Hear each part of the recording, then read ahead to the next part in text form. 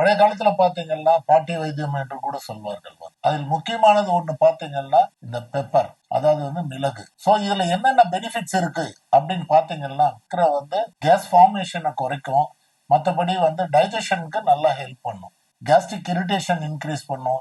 அதே நேரத்துல உங்களுக்கு ஸ்டமக் இரிட்டேஷன் மற்றும் இன்டெஸ்டினல் இரிட்டேஷன் ஆகி உங்களுக்கு மோஷன் கொஞ்சம் லூஸ் மோஷன் மாதிரி வர்றதுக்கு வாய்ப்புகள் உண்டு. இந்த மிளகை உட்கொள்ளும் பொழுது நம் உடம்பில் உள்ள இன்சுலின் சென்சிட்டிவிட்டியை இன்க்ரீஸ் பண்றதுனால டயபெட்டிக் பீப்புளுக்கு அவங்களோட பிளட் சுகர் வெகுவாக கண்ட்ரோல்குள் வைத்துக் கொள்ளும். அதே போன்று இந்த மிளகில் உள்ள பிப்பரைன் என்ற ஒரு ப்ராடக்ட் உள்ள இருப்பதனால் இது நீங்கள் உட்கொள்ளும் பொழுது உங்களுக்கு பிரெயின் ஃபங்க்ஷன்ஸ் நல்லா இம்ப்ரூவ் பண்ணி காட்டும்.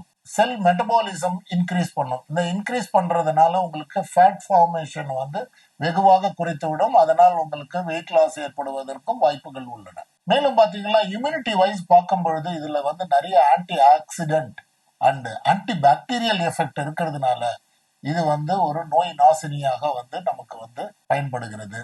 ஆன்டி ஆக்சிடென்ட் நம்ம எடுப்பதனால் உடல் நலத்துடன் இருக்க செல் டேமேஜஸ் எல்லாம் வெகுவாக தடுத்துவிடும். நியூட்ரிஷனல் அப்சார்ப்ஷன் பெனிஃபிட் இதுல இருக்குது.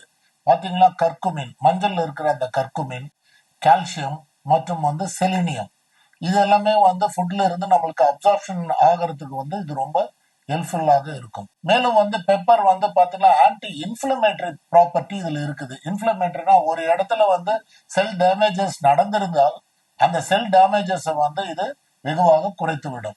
அப்படி பார்க்கும்போது joint pain, neck pain, muscle பெயினுக்கெல்லாம் இது ரொம்ப ஹெல்ப்ஃபுல்லா இருக்கும். பெப்பர் பாத்தீங்கன்னா நம்ம எடுக்கும் பொழுது ஆன்டி இன்ஃபிளமேட்டரி ரியாக்ஷன்ல உங்களுக்கு செஸ்ட்ல அதாவது லங்ல ஏற்படுற இன்ஃபெக்ஷன் எல்லாம் வெகுவாக குறைக்க உதவும். தினமும் நீங்கள் உங்க உணவில் ஒரு டீஸ்பூன் எடுத்துக்கொள்வது சிறந்தது. இது நீங்க எப்படினாலும் எடுக்கலாம். நீங்க மில்க்ல மிக்ஸ் பண்ணி எடுத்துக்கலாம். உங்களோட ஃபுட்ல இன்கார்பரேட் பண்ணி எடுக்கலாம்.